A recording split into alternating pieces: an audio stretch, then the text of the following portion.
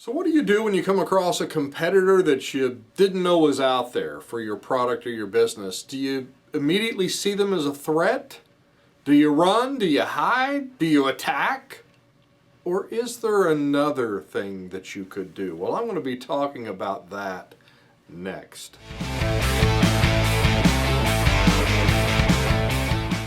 Hey, it's Don Skaggs, again with Empowered Inventing TV, where we try to help you help other people by taking your great innovation, the right opportunity, mixing that with sound wisdom, so you can turn them into real things like products and businesses that make money.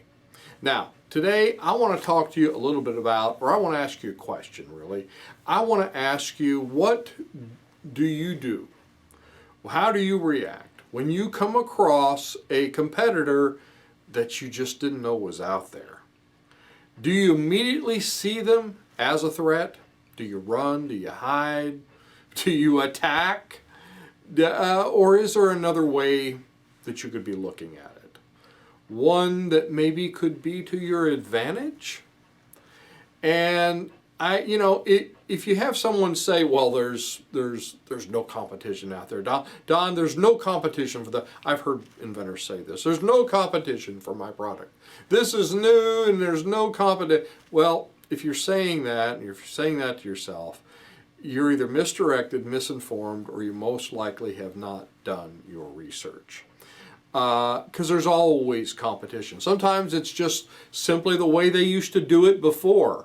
Maybe they were using bone knives and bear skins, but they were doing it some way before. And sometimes, it's just another way of doing it, of working the problem out. Maybe there's not a competitor in the business, but up till now, this is how they dealt with this problem. But don't be discouraged if you find out that there are competitors out there in the market selling your product or selling a product like yours. Because competition happens, and it's going to happen to you both before and after you hit the marketplace. If you're successful, yes, there's going to be people nipping at your heels. That is the part of the price of success, is people are going to try. Now, if you have a patent and, people try to copy you, sure, you can sue them. But, my best strategy for this, instead of getting into $1 million lawsuit war, is just stay one step ahead of them. Especially if you're a small, scrappy company. This is what I did. If you can't fight them and shut them down, if a cease and desist letter is all that it takes, you're sure, that's great. You don't want to ignore that and not do that. But what I'm saying is, don't get squashed by fighting something that you don't have the funds to do. Even if you have a patent. And as I've said many times before, patents, laws, contracts, they don't keep bad people from doing bad things. And there's bad people out there, and those bad people are going to do bad things. And if you have something that looks valuable, they're going to want to try to copy it. So, by the way, and before it's valuable, when you're not selling any in the market, usually they don't care too much, because they're usually lazy and they're greedy and they're just watching for whatever is selling a whole lot out there. So anyway, that's kind of getting off the topic a little bit, because I don't want you to be discouraged by seeing competitors out there. Competition, like I said, it happens. You need to accept it. You need to embrace it. But you also need to find a way around it. If they leapfrogged you, then you need to leapfrog them. And that's, a lot of times that's how you advance technology, is like, let's find an easier way. Let's find a better way to do it. Let's find a cheaper way to do it. And you can actually leapfrog them, or offer certain aspects that maybe they're not selling. And maybe they have one solution and you have a different solution. You make your solution better, make it more attractive, make it alleviate those pain points a lot more, a lot easier. Or you suddenly find a competitor that you didn't know about, and you go, oh crap, you mean these people are selling this? Now what am I going to do? Well, by the way, you should always get eyeball deep into your marketplace. Know as much of it as you can. Get into it in total immersion. Understand that market, and because you know once you really know how to deal with the competition, you'll know how to look at them.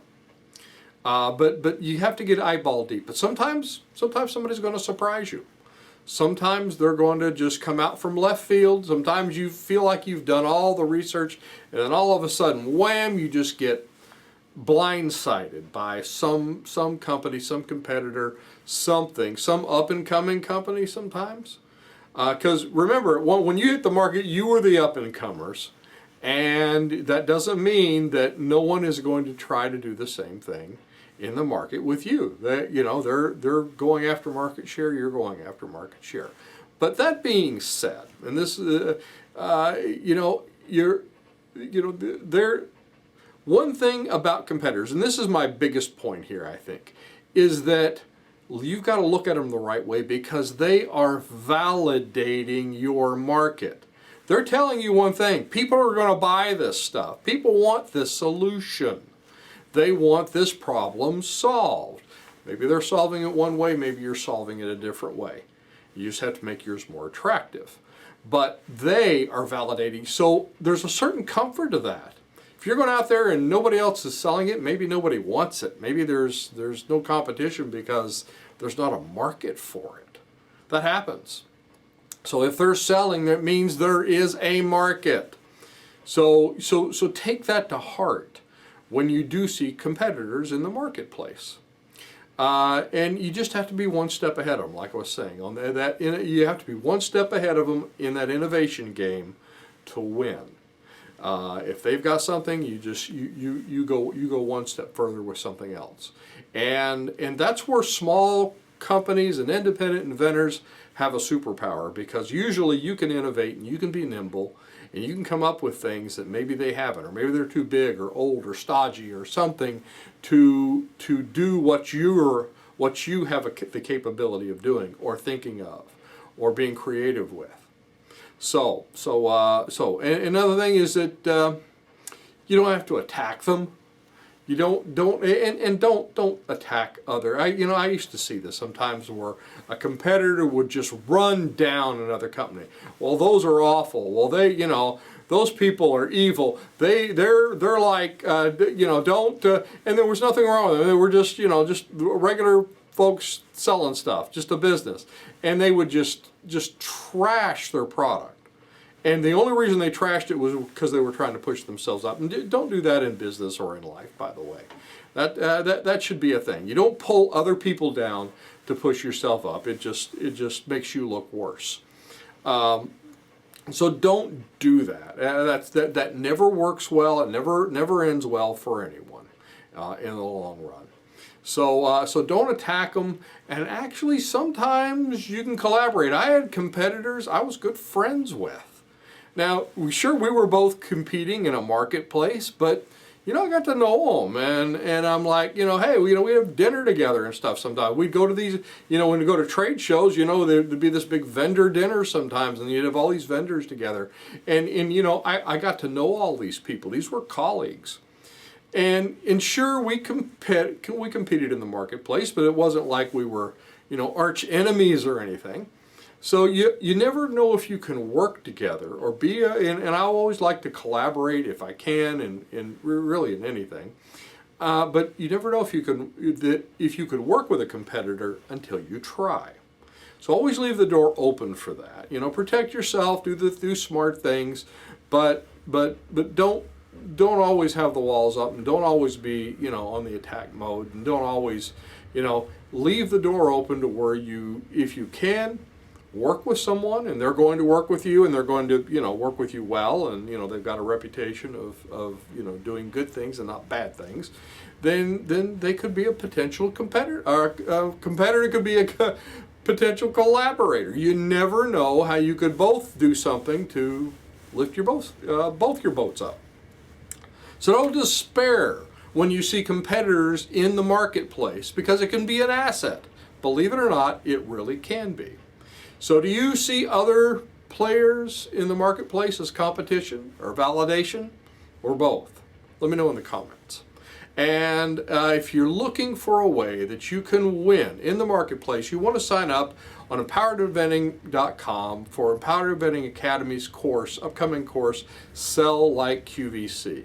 So it really kind of teaches you how to sell and how to how to navigate that world really well.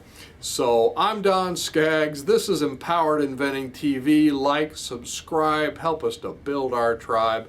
And I'll look to see you at the next meeting, workshop, online course, or on the next video.